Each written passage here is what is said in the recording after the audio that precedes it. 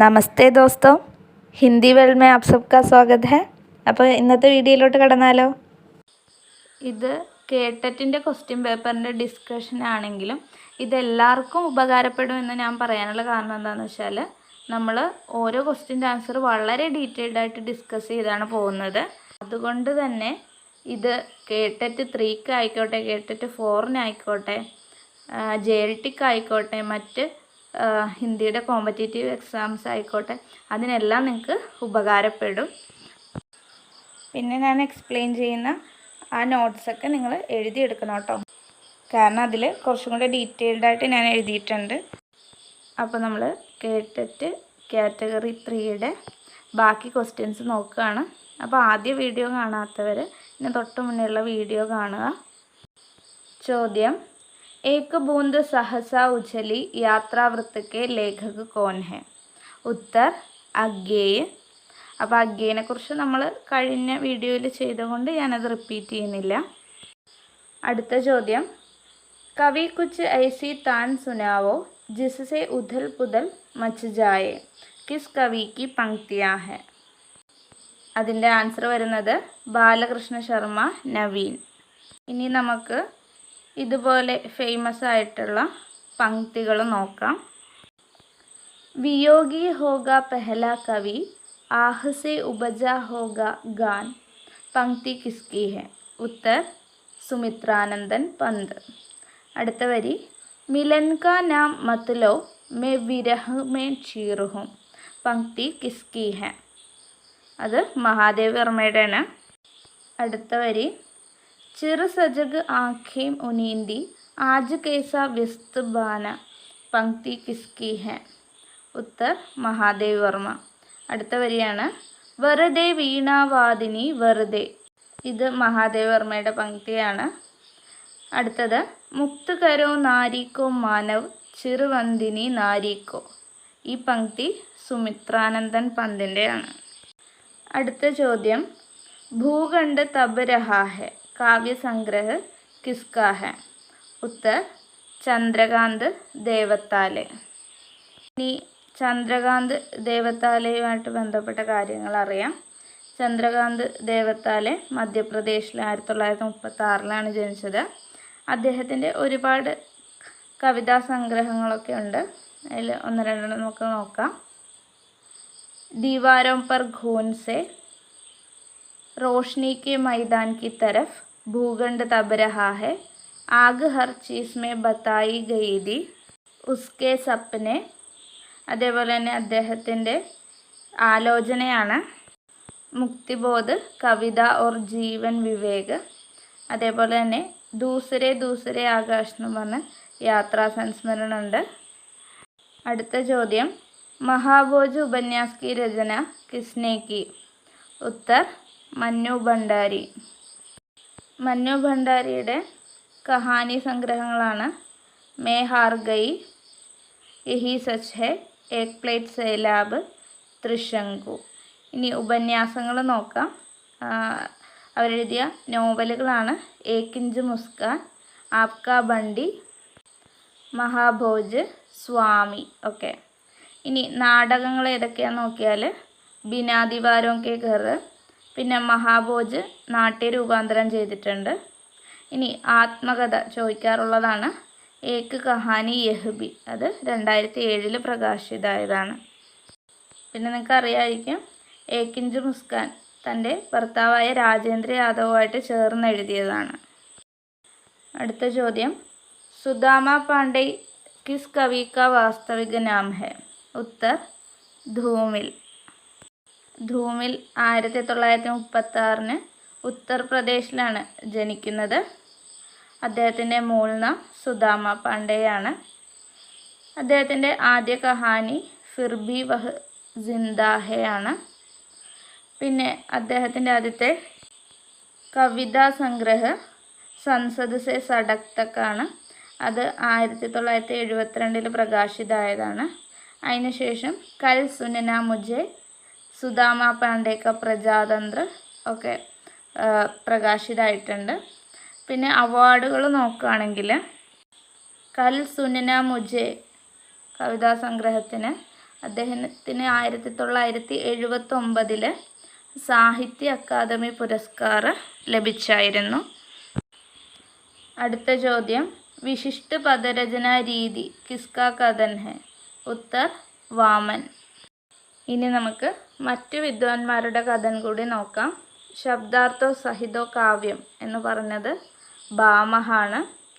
അതേപോലെ ആനന്ദവർദ്ധൻ ധ്വനി സമ്പ്രദായത്തിൻ്റെ പ്രവർത്തകനാണ്. അതുകൊണ്ട് തന്നെ അദ്ദേഹം ധ്വനിനെയാണ് കാവ്യത്തിൻ്റെ ആത്മ പറഞ്ഞത്. കാവ്യസ്യാത്മ ധ്വനി എന്നാണ് അദ്ദേഹം പറഞ്ഞത്. അതേപോലെ പണ്ഡിത് ജഗന്നാഥ് പറഞ്ഞത് രമണീയാർത്ഥ പ്രതിപാദക ശബ്ദ കാവ്യം എന്നാണ്.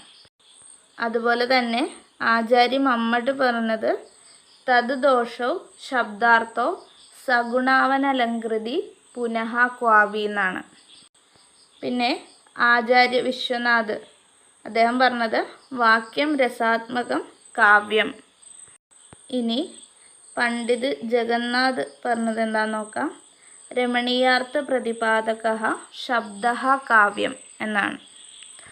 അടുത്ത ചോദ്യം, സാവിത്രി മോഹൻ രാകേഷ് के किस नाटक की नारी पात्र है? ഉത്തർ ആധേ അധൂരെ. ഇനി നമുക്ക് മോഹൻ രാകേഷിൻ്റെ നാടകങ്ങൾ നോക്കാം.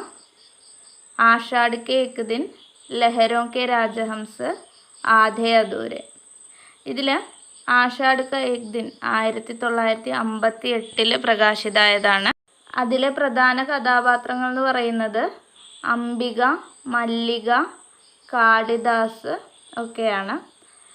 അതായത് ഈ ഒരു നാടക കവി കാളിദാസിൻ്റെ ജീവൻ पर ആധാരിതമാണ്. അടുത്തത് ലഹരോं का राजहंस, അത് 1963 പ്രകാശിതമായത്. അതിലെ പ്രധാന കഥാപാത്രങ്ങൾ എന്ന് പറയുന്നത് നന്ദ്, സുന്ദരി, അൽക്ക, നിഹാരികയൊക്കെയാണ്. അതേപോലെ തന്നെ ഇതിൽ ബുദ്ധ് കെ ഭ്രാത നന്ദിൻ്റെ ജീവിതത്തിൽ ആധാരിതമായിട്ടുള്ളതാണ്. അടുത്തത് ആധേ അധൂരെ, അത് 1969 പ്രകാശിതമായിട്ടുള്ളതാണ്. അതിലെ കഥാപാത്രങ്ങളാണ് മഹേന്ദ്രനാഥ്, സിംഘാനിയ, ജഗ്മോഹൻ, സാവിത്രി, ബിന്നി, കിന്നിയൊക്കെ വരുന്നത്. ഈ നാടകത്തിൽ സ്ത്രീ പുരുഷ സംബന്ധ, ദാമ്പത്യ സംബന്ധക്കെ ഗോഖലെപ്പനൊക്കെയാണ് കാണിക്കുന്നത്. പൈരോൻ തലേ ജമീൻ എന്ന് പറഞ്ഞ അധൂര നാടകം അദ്ദേഹത്തിൻ്റെ ഇതുണ്ട്. അടുത്ത ചോദ്യം, ശൃംഗാർ രസ് കാ സ്ഥായി ഭാവ് കോൺസാ ഹെ? അതിൻ്റെ ഉത്തർ രതിയാണ്. ഇനി നമുക്ക് ഓരോ രസങ്ങളും അതിൻ്റെ സ്ഥായിഭാവം എന്താണെന്ന് നോക്കാം. ശൃംഗാറിൻ്റെ സ്ഥായിഭാവ രതി, ഹാസ്യത്തിൻ്റെ സ്ഥായിഭാവ ഹാസ്, കരുണിൻ്റെ സ്ഥായിഭാവ ശോക്, രൗദ്രിൻ്റെ സ്ഥായിഭാവ ക്രോധ, വീറിൻ്റെ സ്ഥായിഭാവ ഉത്സാഹ, ഭയാനകിൻ്റെ സ്ഥായിഭാവ ഭയ, വീഭത്സിൻ്റെ സ്ഥായിഭാവ ജുഗുപ്സ, അദ്ഭുതിൻ്റെ സ്ഥായിഭാവ വിസ്മയ, ശാന്തിൻ്റെ സ്ഥായിഭാവ നിർവേദ്. അടുത്ത ചോദ്യം, പത്മാവതി സമയ് കാ സംബന്ധ് കിസ് ഗ്രന്ഥ് സേ ഹെ? അതിൻ്റെ ഉത്തരം വരുന്നത് പൃഥ്വിരാജ് രാസോയാണ്. ഇനി നമുക്ക് മറ്റു രാസോ കാവ്യങ്ങളും അതെഴുതിയത് ആരാണെന്ന് നോക്കാം. പൃഥ്വിരാജ് രാസോ ചന്ദ് ബർദായി, ബീസൽ ദേവ് രാസോ നരപതി നാൾഹ, പരമാൾ രാസോ ജഗനിക, ഖുമാൻ രാസോ ദൾപതി വിജയ്, വിജയപാൽ രാസോ നല്ല സിംഗ്, ഹമ്മീർ രാസോ ഷാരംഗദർ. അടുത്ത ചോദ്യം, ദിൻകർ കോ കിസ് കൃതി പർ ജ്ഞാൻപീഠ് പുരസ്കാർ മില? ഉത്തർ ഉർവശി. ഇനി നമുക്ക് ദിൻകറെ കുറിച്ച് നോക്കാം. ദിൻകറിൻ്റെ പ്രമുഖ കൃതികളാണ് രേണുക, ഹുങ്കാർ, ഇതിഹാസ് കെ ആസു, നീം കെ പത്തെ, ഇങ്ങനെ ഒരുപാട് കൃതികൾ അദ്ദേഹം എഴുതിയിട്ടുണ്ട്. അദ്ദേഹത്തിൻ്റെ ഫേമസായ പ്രബന്ധകാവ്യങ്ങളാണ് കുരുക്ഷേത്ര, രശ്മിരതി, ഉർവശി. അദ്ദേഹത്തിന് സംസ്കൃതി കെ 4 അധ്യായ് എന്ന് പറയുന്ന പുസ്തകത്തിന് സാഹിത്യ അക്കാദമി പുരസ്കാരം ലഭിച്ചിട്ടുണ്ട്. അതേപോലെ ഉർവശിക്ക് ജ്ഞാൻപീഠ് പുരസ്കാരവും. പിന്നെ അദ്ദേഹത്തിന് പത്മഭൂഷൺ അവാർഡും ലഭിച്ചിട്ടുണ്ട്. അടുത്ത ചോദ്യം, അംഗീകൃത് അപ്നെ അപ്നെ അജ്നബി കിസ് വിധ കി രചന ഹെ? ഉത്തർ ഉപന്യാസ്. അഗ്ഗിയെ കുറിച്ച് നമ്മൾ ഓൾറെഡി പറഞ്ഞതായതുകൊണ്ട് റിപ്പീറ്റ് ചെയ്യുന്നില്ല. ആഖിരി കലാം കിസ് പ്രേമാഖ്യാൻ കവി കി കൃതി ഹെ? അതിൻ്റെ ആൻസർ വരുന്നത് ജായസിയാണ്. ഇനി ജായസിയെക്കുറിച്ച് നോക്കാം. ജായസിയുടെ രചനകളാണ് പത്മാവത്, അഖരാവട്ട്, ആഖിരി കലാം. ഇതിൽ അഖരാവട്ട് വർണ്ണമാല के प्रत्येक अक्षर को लेकर സിദ്ധാന്ത നിരൂപണമാണ് അതിലുള്ളത്. അവധി ഭാഷയിലാണ്. ആഖിരി കലാം എന്ന് പറയുന്നതിൽ കയാമത്ത് കാ വർണ്ണനാണ്, അതും അവധി ഭാഷയാണ്. പത്മാവതും അവധി ഭാഷയിലാണ്. അതാണ് അദ്ദേഹത്തിൻ്റെ ഏറ്റവും ഫേമസ് ആയ കൃതി. അതിൽ അന്യോക്തിയുടെ പ്രയോഗമുണ്ട്. പിന്നെ ജായസിയുടെ മുഴുവൻ പേര് മലിക് മുഹമ്മദ് ജായസി എന്നാണ്. പത്മാവതിൽ നായകോർ നായിക ആയിട്ട് വരുന്നത് ചിത്തൗഡ് കെ രാജ രത്നസേനും സിംഹള ദ്വീപ് കി രാജകുമാരി പത്മാവതിയുമാണ്. കേട്ടറ്റ് 3ൻ്റെ ക്വസ്റ്റ്യൻ പേപ്പർ കഴിയുമ്പോൾ നമ്മൾ കേട്ടറ്റ് 4ൻ്റെ ക്വസ്റ്റ്യൻ പേപ്പർ ഇതുപോലെ ചെയ്യുന്നതായിരിക്കും. അതേപോലെ JLTയുമായി ബന്ധപ്പെട്ട ന്യൂസുകളും അറിയിക്കുന്നതായിരിക്കും. അപ്പോൾ നമ്മുടെ വീഡിയോ ഇഷ്ടമായെങ്കിൽ, നിങ്ങൾക്ക് ഹെൽപ്ഫുൾ ആണെങ്കിൽ ലൈക്ക് ചെയ്യുക, സബ്സ്ക്രൈബ് ചെയ്യുക, മറ്റ് പരിചയക്കാർക്കെല്ലാം ഷെയർ ചെയ്യുക.